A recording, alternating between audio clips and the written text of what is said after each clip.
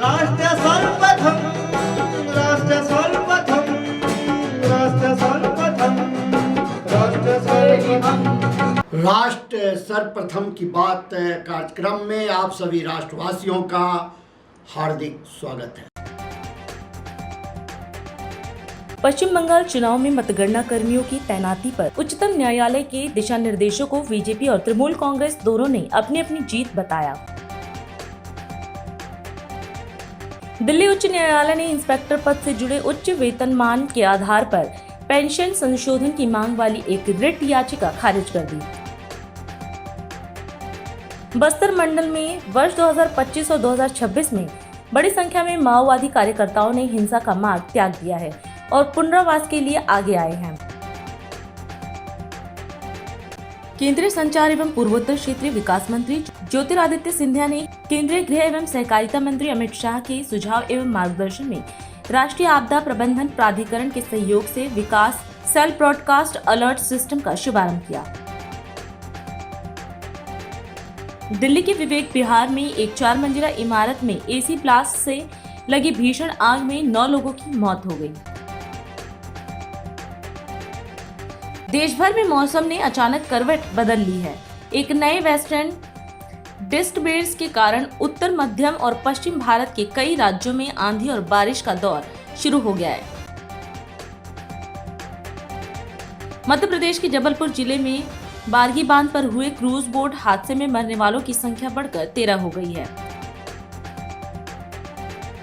देश की राजधानी दिल्ली में आग लगने की बड़ी घटना सामने आई है। यह एक 4 मंजिला इमारत में आग लग गई। आग की चपेट में आने से कई लोगों की मौत हो गई। सीएम योगी आदित्यनाथ ने कहा कि यूपी में बीते 9 साल में 9 लाख से अधिक भर्तियां हुई हैं। इन नौकरियों में किसी तरह की रिश्वत नहीं ली गई है। राज्यसभा सांसद राघव चड्ढा ने राष्ट्रपति द्रौपदी मुर्मू से मुलाकात का समय मांगा ताकि वह उन्हें पंजाब के सरकारी तंत्र के कथित दुरुपयोग के बारे में बता सके। नई दिल्ली के इंडिया गेट पर ऑपरेशन सिंदूर की वर्षगांठ के अवसर पर आयोजित शौर्य संध्या कार्यक्रम में रक्षा मंत्री राजनाथ सिंह, दिल्ली की मुख्यमंत्री रेखा गुप्ता शामिल हुए। अपने संबोधन में रक्षा मंत्री ने वीर जवानों को नमन करते हुए कहा कि उनके त्याग और बलिदान से देश सुरक्षित है। उन्होंने कहा कि आजादी के अमृतकाल में आयोजित यह कार्यक्रम विशेष महत्व रखता है। रक्षा मंत्री ने शौर्य को देश की पहचान और संगीत को आत्मा का दर्पण बताते हुए कहा कि भारतीय सेनाओं का पराक्रम केवल युद्ध भूमि तक सीमित नहीं, बल्कि आपदा के समय भी वे हमेशा देशवासियों की मदद के लिए आगे रहते हैं। सबसे पहले मैं उन वीर जवानों को सत नमन करता हूं जिनके त्याग और बलिदान से हमारा राष्ट्र आज पूरी तरह से सुरक्षित है, जिनके अदम्य साहस की गूंज आज पूरे देश में सुनाई दे रही है। मैं आयोजकों को विशेष बधाई देना चाहता हूं कि उन्होंने इस आजादी के अमृतकाल की इस पावन बेला में इस ऐतिहासिक कार्यक्रम शौर्य का आयोजन किया है। आज हम सब एक ऐसे अवसर पर साथियों एकत्रित हुए हैं जहां शौर्य और संगीत का अद्भुत संगम होने जा रहा है। एक तरफ शौर्य है, हमारी पहचान है, हमारा स्वाभिमान है, तो वहीं दूसरी तरफ संगीत हमारी आत्मा का यह दर्पण है। साथियों, इस अवसर पर मैं समझता हूं आयोजन के नाम यानी शौर्य संध्या पर भी कुछ बात होनी चाहिए। शौर्य क्या है? यह अपने से ज्यादा ताकतवर से भिड़ जाना, क्या यही शौर्य है? या फिर युद्ध में अपने कौशल का परिचय देना शौर्य है? हाँ, निश्चित रूप से ये सब शौर्य की मिसाल हैं, शौर्य के उदाहरण हैं।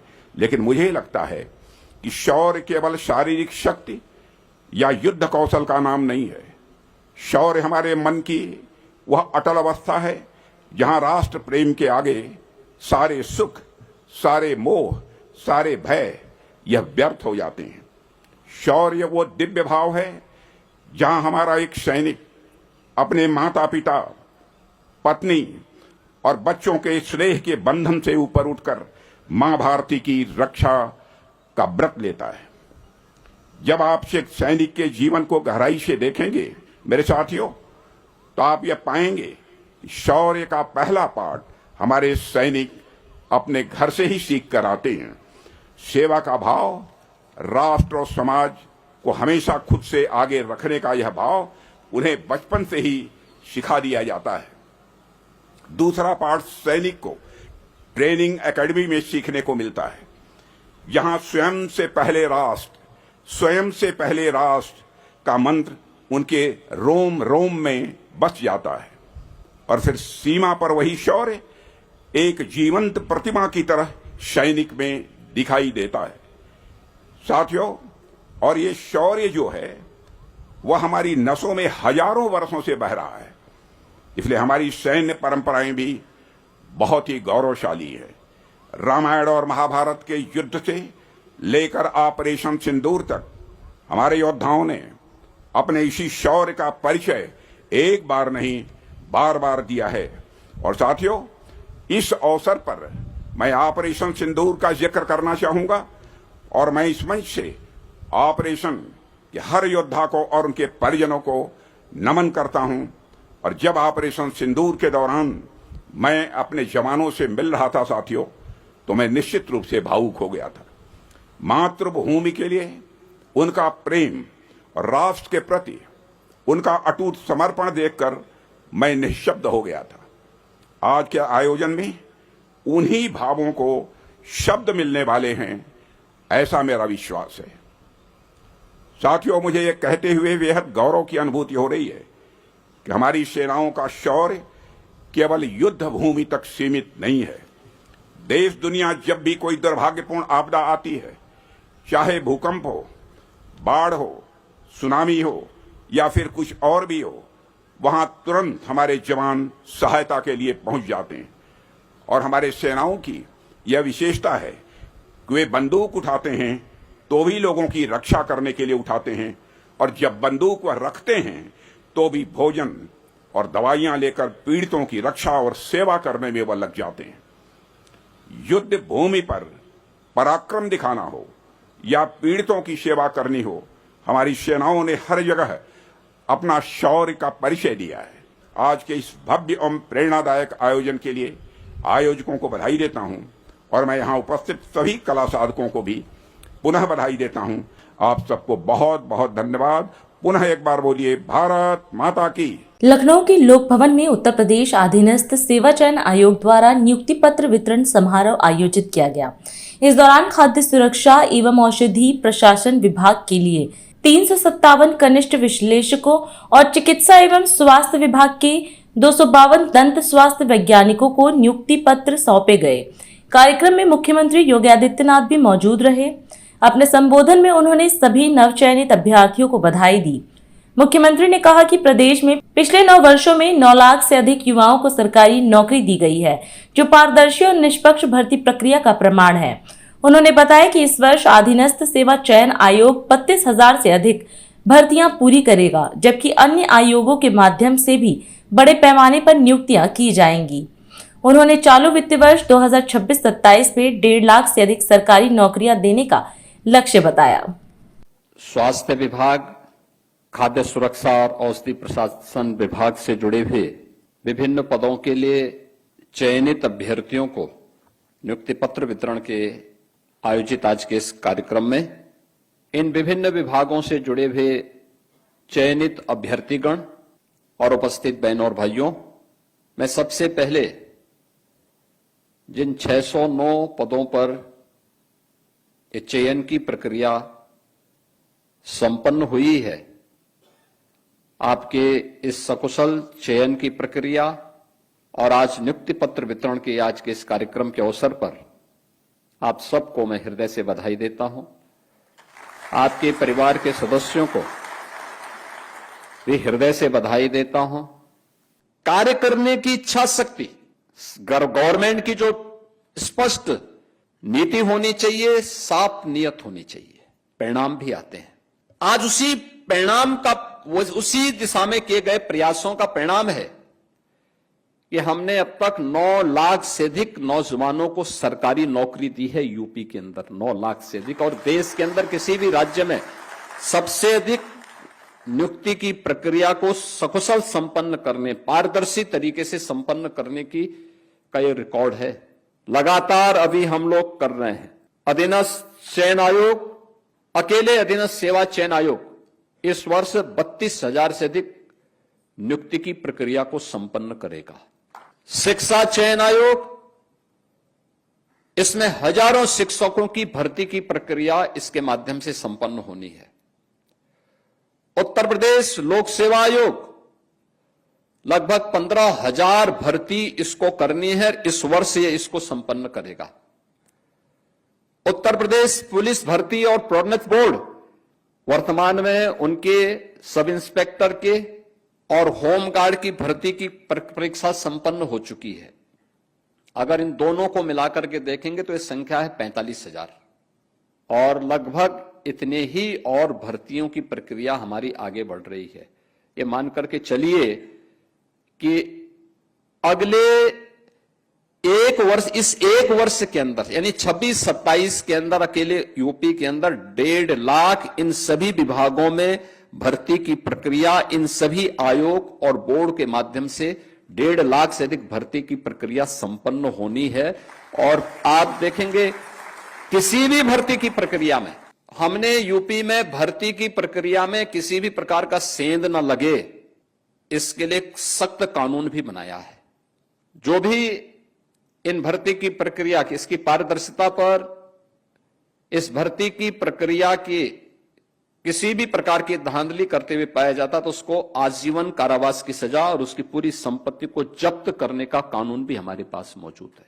हमें इस बात को देखना होगा कि अगर हमें निष्पक्ष तरीके से, पारदर्शी तरीके के साथ इस व्यवस्था के साथ जुड़ने का अवसर प्राप्त हो रहा है और आपकी पीढ़ी सौभाग्यशाली है कि आप अपने सपनों को एक नई उड़ान देने के लिए आपके लिए गवर्नमेंट ने उस प्रकार का प्लेटफॉर्म उपलब्ध करवाया है। आपके मां बाप के सपने साकार हो रहे हैं। ये सपने साकार होना आपके लिए एक नए युग में प्रवेश करने जैसा है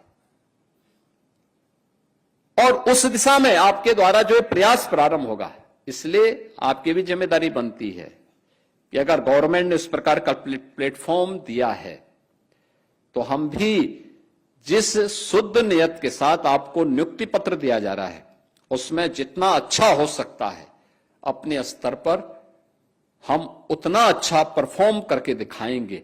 यह हम करके दिखाएंगे तो आपके इस पूरे सिस्टम पर लोगों का विश्वास बना रहेगा। आप सबको मैं हृदय से बधाई देता हूं, अपनी शुभकामनाएं देता हूं। धन्यवाद। जय हिंद। राजधानी के सबसे संवेदनशील क्षेत्रों में सुरक्षा व्यवस्था बनाए रखने की जिम्मेदारी संभाल रही नई दिल्ली जिला पुलिस ने अपने कर्मियों की ऑपरेशनल क्षमता को और मजबूत करने के लिए विशेष प्रशिक्षण कार्यक्रमों की एक श्रृंखला सफलतापूर्वक आयोजित की है।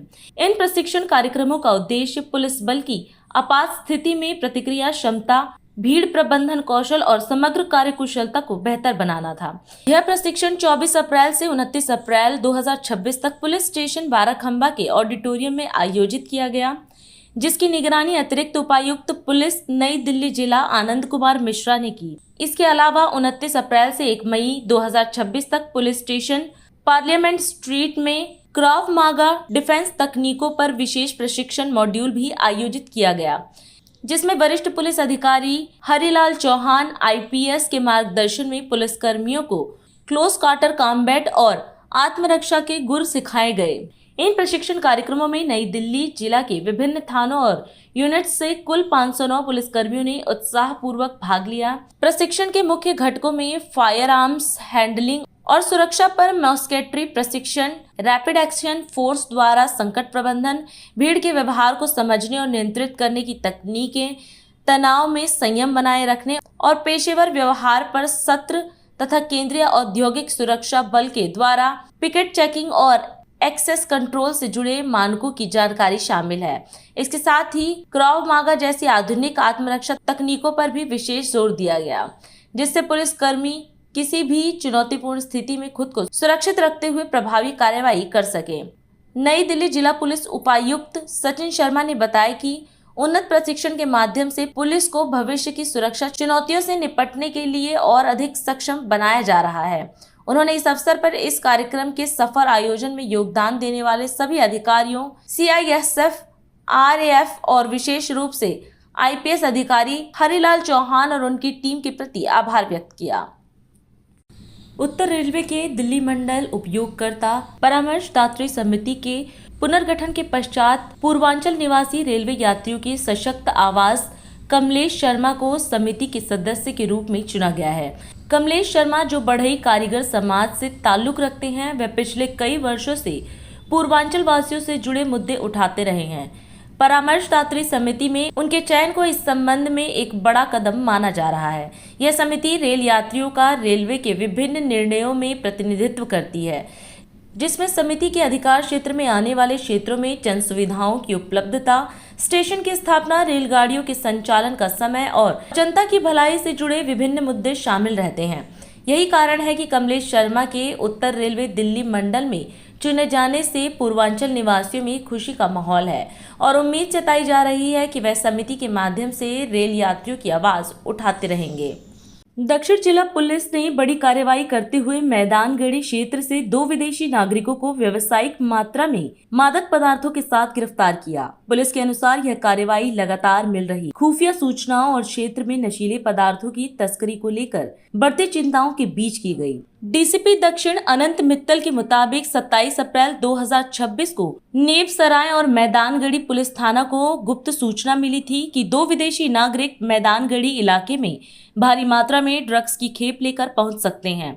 इसके बाद एसीपी महरौली के पर्यवेक्षण में एक विशेष टीम गठित की गई, जिसमें SHO मैदानगढ़ी प्रहलाद सिंह के नेतृत्व में SI Narendra Kumar, ASI Radha Kishan, head constable Ravi, Anoop, Rajendra और विनोद को शामिल किया गया।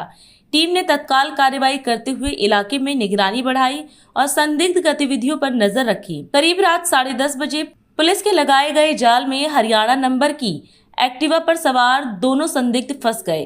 पूछताछ और तलाशी के दौरान उनके पास से बड़ी मात्रा में मादक पदार्थ बरामद किए गए। गिरफ्तार आरोपियों की पहचान 36 वर्षीय चीजों के विट्जम नाइजीरिया निवासी और 43 वर्षीय चिकपोजी नाइजीरिया निवासी के रूप में हुई है। तलाशी के दौरान पुलिस ने लगभग 102 ग्राम कोकीन, 85 ग्राम मेथक्विलोन और 13 ग्राम MDMA बरामद किया, जो व्यावसायिक मात्रा की श्रेणी में आता है। इसके आधार पर एक्सपायर्ड वीजा के बावजूद भारत में रह रहे दोनों आरोपियों के खिलाफ NDPAC एक्ट की संबंधित धाराओं के तहत मामला दर्ज कर लिया गया है और आगे की कार्रवाई जारी है। दक्षिण जिला पुलिस ने मैदानगढ़ी क्षेत्र की 45 लाख रुपए की डकैती का खुलासा करते हुए 5 आरोपियों को गिरफ्तार किया है और लूटी गई संपत्ति का 80% से अधिक हिस्सा बरामद कर लिया है। 13 अप्रैल को हरगोविंद एनक्लेव में पीड़िता को घर में अकेला पाकर आरोपी खुद को उसके पति का परिचित बताकर अंदर घुसे, उसे बाथरूम में बंद किया और नकदी व गहने लूटकर फरार हो गए। डीसीपी दक्षिण जिला अनंत मित्तल के अनुसार CCTV और तकनीकी जांच से आरोपी पृथ्वी सिंह की पहचान हुई, जिसके आधार पर पुलिस टीम ने राजस्थान के भरतपुर में 4 दिन तक लगातार छापेमारी कर 5 आरोपियों को गिरफ्तार किया। कठिन परिस्थितियों के बावजूद ACP महरौली के समग्र पर्यवेक्षण और SHO प्रहलाद सिंह के नेतृत्व में SI रामावतार, SI Narendra, ASI Manjeet, head constable Manish, Rajendra, Rajveer और कांस्टेबल वसीम अकरम की पुलिस टीम ने 5 आरोपियों को पकड़ने में सफलता हासिल की। गिरफ्तार आरोपियों में रंजीत सिंह, लक्ष्मी नारायण सिंह, पृथ्वी सिंह, राकेश और रामकरण सिंह शामिल हैं, जबकि एक आरोपी सुरेंद्र अभी फरार है। पुलिस ने आरोपियों के पास से सोने चांदी के गहने बरामद किए हैं और मामले में आगे की कार्रवाई जारी है। अभी समय है एक ब्रेक का, हम चलते हैं ब्रेक पर, आप कहीं जाए नहीं, छोटा सा ब्रेक। श्रेया फर्निशिंग लेकर आया है आपके लिए होम कलेक्शन, जिसमें आपको मिलता है upholstery fabric, designer curtains, home and office decoratives, carpets and sofa cover कम से कम दाम में कीर्ति नगर में आपके लिए उपलब्ध है।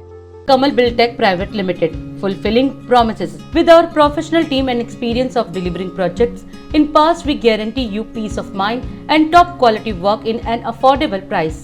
और अधिक खबरों के लिए आप हमारे YouTube चैनल दैनिक इंडिया दर्पण को अभी सब्सक्राइब करें और नोटिफिकेशन के लिए बेल आइकन को प्रेस करना ना भूलें। राष्ट्र सर्वप्रथम की बात कार्यक्रम में ब्रेक के बाद एक बार फिर आप सभी राष्ट्रवासियों का स्वागत है। रूपनगर में आयोजित ओबीसी सम्मेलन में भारतीय जनता पार्टी ने जोरदार शक्ति प्रदर्शन किया। जिला अध्यक्ष अजय वीर सिंह लालपुरा के नेतृत्व में हुए इस सम्मेलन में हरियाणा के मुख्यमंत्री नायाब सिंह सैनी मुख्य अतिथि के रूप में शामिल हुए। अपने संबोधन में मुख्यमंत्री सैनी ने कहा कि यह सम्मेलन सामाजिक चेतना का विशाल संगम है। उन्होंने कहा कि इतनी बड़ी संख्या में लोगों की मौजूदगी इस बात का संकेत है कि ओबीसी समाज अपने अधिकारों और सम्मान के प्रति जागरूक और संगठित हो चुका है। मुख्यमंत्री ने कहा कि यह एकता आने वाले समय में नए सामाजिक और राजनीतिक परिवर्तन की नींव रखेगी।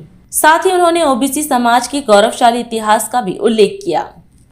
साथियों, अज दा ये सम्मेलन ये समाजिक चेतना दा एक विशाल संगम है। मेरे लिए बड़े फकर की गल है कि अज पंजाब दे अलग अलग थावां ते ਵੱਖ-ਵੱਖ क्षेत्रां ते इन्नी भारी संख्या दे विच इस सम्मेलन दे विच तुसीं इकट्ठे होए ने। इतनी वड्डी गिणती विच आप सब दा इकट्ठे होना इस गल दा संकेत है कि ओबीसी समाज हुण अपने अधिकारां, अपने सम्मान ते अपने भविख नूं लेके जागरूक ते संगठित हो चुकिया है। साथियों, आज इस सम्मेलन दे विच वो ऊर्जा, वो उत्साह, साथियों एकता आने वाले समय दे विच नए समाजिक ते राजनीतिक परिवर्तन दी ये मजबूत नींव रखण दा काम करूगी। साथियों, आज इत्थे पूरे पंजाब दा ओबीसी समाज एकजुट हो करके इत्थे हाजिर होया है। समाज दे वखरे वखरे संगठनां दे कई प्रधान इत्थे मंच ते विराजमान ने। परम सत्कारयोग सब ने नाम गिनाउण अगर मैं लग्या तो साथियों काफ़ी लंबा समय लग जाऊगा। आप सब दा इत्थे आउण ते सभी समाज दे अलग अलग संगठनां दे जेड़े आगू, जेड़े प्रधान जत्थेदार इत्थे बैठे ने, मैं उन्हां सभा दा अभिनंदन भी करदा हाँ। साथियों, उन्हां दा स्वागत भी करदा हाँ। साथियों, ओबीसी समाज दा इतिहास एक गौरवशाली इतिहास रहा है। अगर मैं पंजाब की गल करा तो इत्थे अपने अनेक महापुरुष साथियों ओबीसी समाज ने देण दा काम कीता है। साथियों, रामगढ़िया मिसाल दे जरनैल जस्सा सिंह जी, उन्हां दे शौर्य ते समाज सेवा दी अद्भुत मिसाल पेश करने दा काम उन्होंने कीता है। साथियों, इसी पवित्र भूमि ते बीबी सरण कौर, ज्वाला सिंह जी ननवा ते साथियों गुरसा सिंह जी गुनिया दी धरती है। उन्होंने दसम पातशाह गुरु गोबिंद सिंह जी दी जो सेवा की है, उसदे साहिबजादे अजीत सिंह ते जोरावर सिंह जी दा चमकौर साहिब विच अंतिम संस्कार उन्होंने किया सी। साथियों, किसी महापुरुष ने कहा है कि अगर शिक्षा का अंधकार मिटता है, अगर शिक्षा ज्ञान आता है तो साथियों गरीबी भी भागती है और व्यक्ति अंधकार से भी मुक्त होता है। एक दीपक वहां पर जलता है।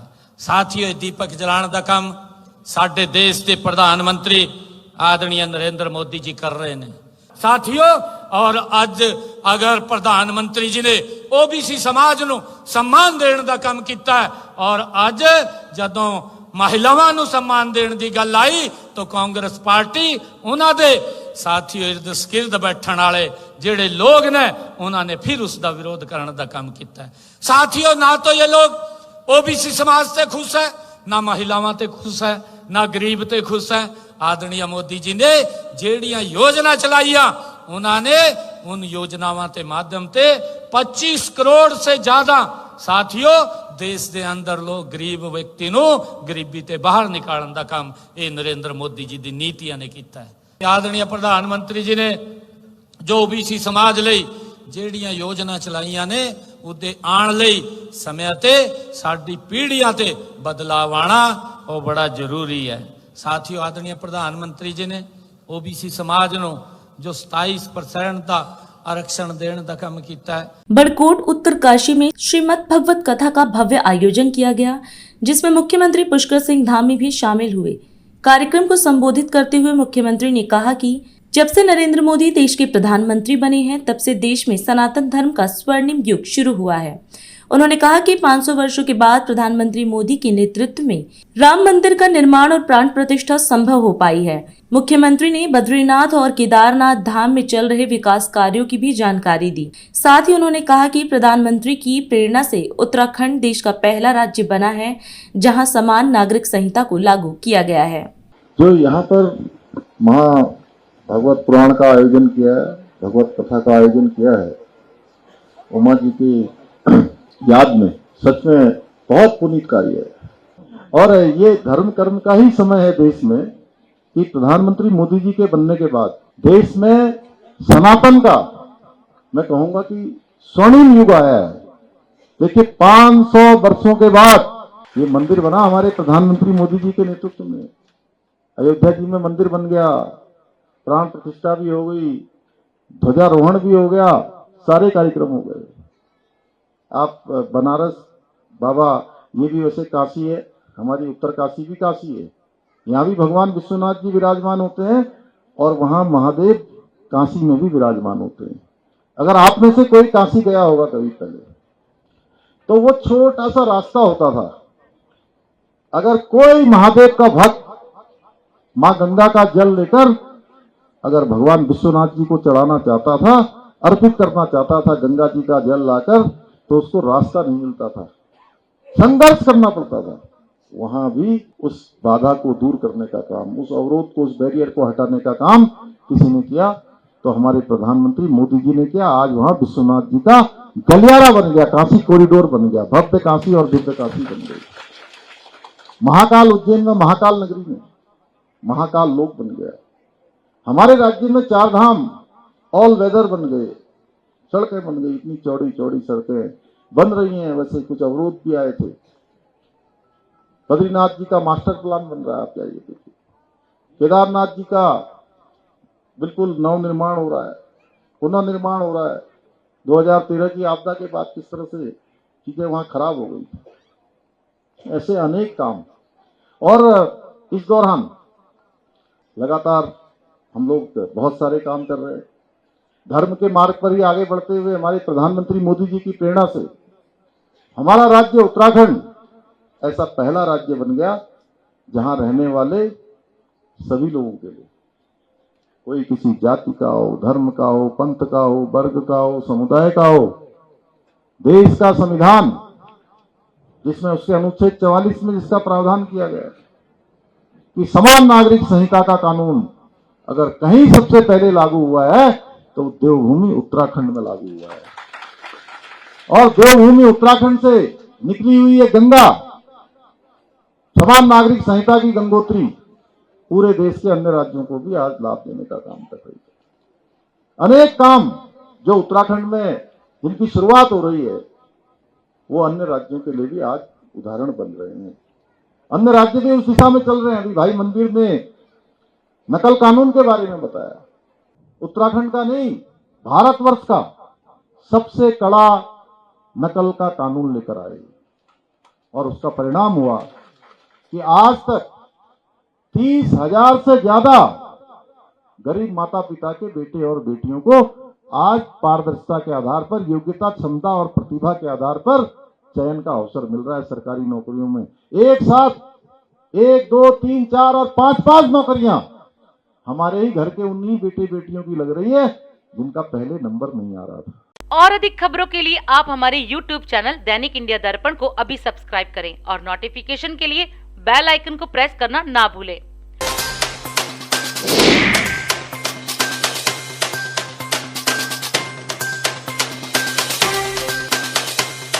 आज हम इस कार्यक्रम में आपसे विदा लेते हैं। आप अन्य खबरों के लिए बने रहे। राष्ट्र सर्वप्रथम, वंदे मातरम, जाग उठा है भारत। राष्ट्र सर्वप्रथम, राष्ट्र सर्वप्रथम।